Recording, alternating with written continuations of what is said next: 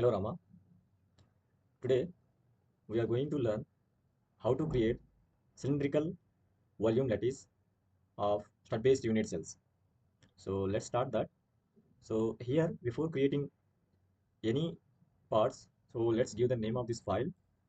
The file name is like cylindrical, cylindrical strut lattices, lattices, and we can add a description like the generation of the generation of cylindrical strut lattices, and our section name is cylindrical cylindrical cylindrical strut strut cylindrical strut lattices. Okay, so in today's lecture we are going to generate cylindrical volume lattice, and within cylindrical volume lattice we are going to use strut based lattices.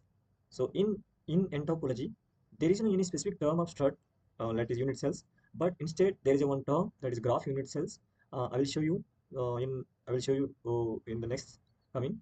So before this we first need to select the cylindrical volume lattice. So we can find it here in lattice tab. Suppose in lattice tab there we have the lattice. So either we can choose from the shapes which are appearing here. So let's see, here we have rectangular volume lattice and cylindrical volume lattice, then spherical volume lattice. So in today's lecture we are going to use cylindrical volume lattice. Either we can select directly from here, or once we expand this, there we have these three. Additionally we also have periodic lattice. So let's select the cylindrical volume lattice, and once we selected this, what do we observe?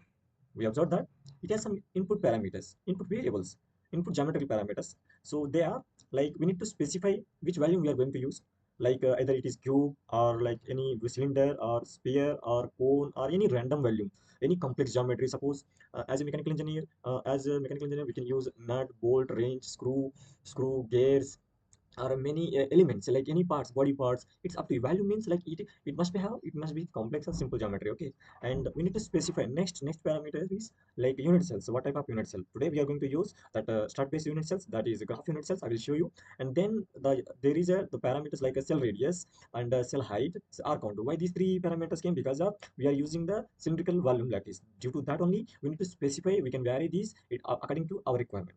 Okay, and the next parameter is frame. So frame, as the nTopology by itself, it is saying optional. It is up to you. If you want any other reference, or if you want to create any plane, or if you want to give any coordination, that is, you can create and generate it.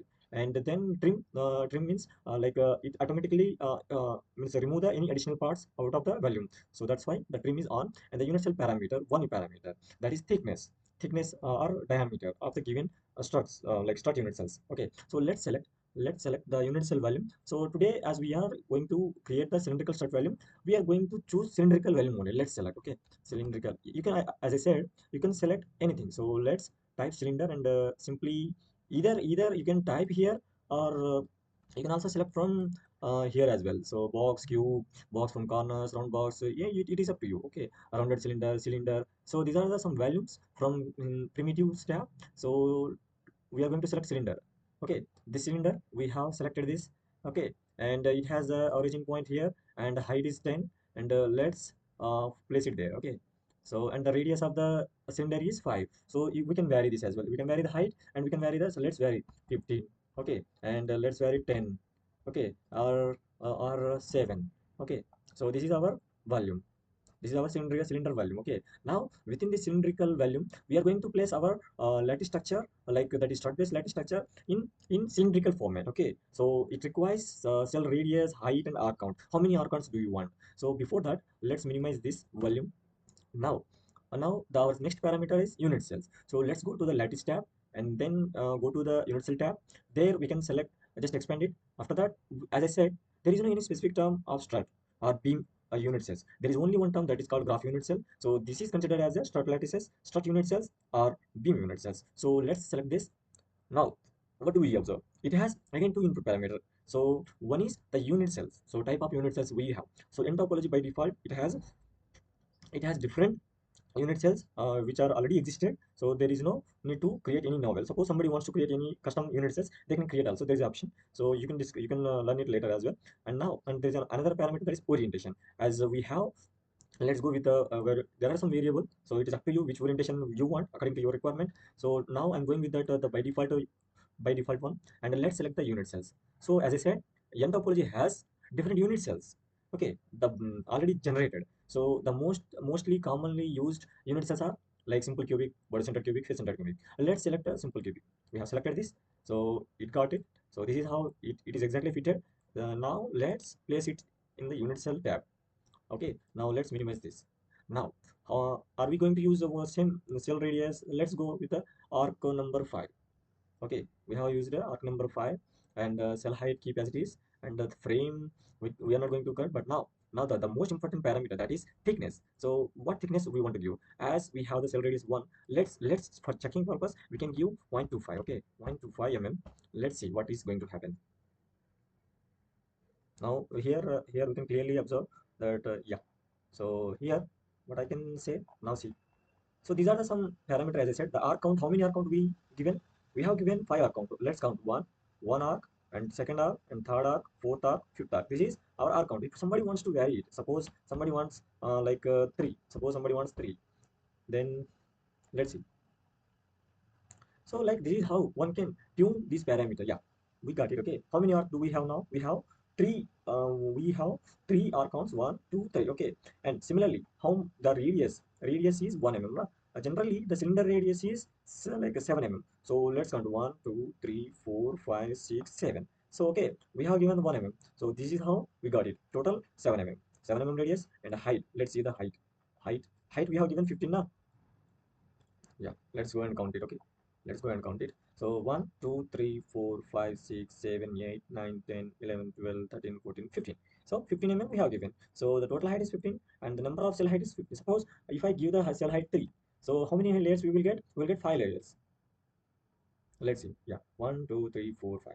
Okay, this is how one can able to generate the cylindrical volume lattice of Strut-based unit cells. So as I said, nTopology has the excellent features, like one can easily vary the unit cells.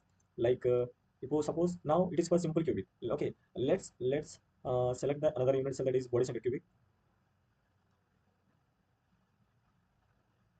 Now yeah, wow, see how beautiful it is, isn't it? Wow, this is how one can generate the body center cubic within the cylindrical volume, isn't it? So, and suppose somebody wants face center cubic. So let's see how face center cubic looks. Yeah, this is our face center cubic. See, okay, that's it for today. This is all about how to generate the cylindrical volume lattice of strut-based unit cells. So what do we learn? We initially selected the cylindrical volume lattice from lattice tab, and then we have selected the volume from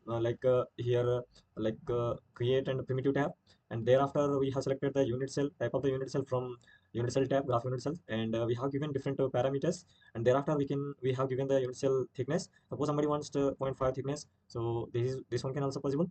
So this is the advantage of nTopology software. So let's wait. So someone can easily vary the parameters, and they can tune their unit cell. See, the thickness is increased. So as we increase from 0.25 to 25, so 0.25 to 0.5.